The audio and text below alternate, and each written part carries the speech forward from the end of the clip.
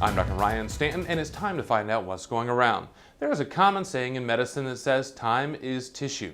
It refers to the fact that our tissues require oxygen to survive, and when those tissues are cut off from oxygen, it's a race against time to get that perfusion back before the tissue dies.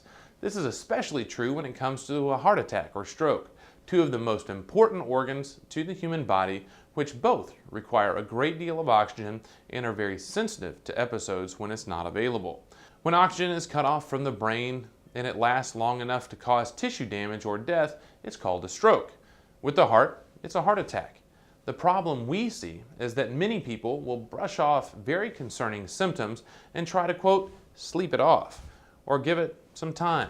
The problem is that this time is exactly what we need in the emergency room and hospitals to intervene and reverse the problem before there is permanent damage. There are many variables, but the faster you are seen, the more options there are for treatments and the better chances for a full recovery. Thus, it's very important to recognize concerning symptoms and get checked out right away. The one-sided weakness, speech difficulties, and facial asymmetry of stroke, or the chest pain, nausea, sweating, and shortness of breath associated with a heart attack should trigger immediate emergency room evaluation. The problem, though, is that very few will present with the classic presentations and symptoms.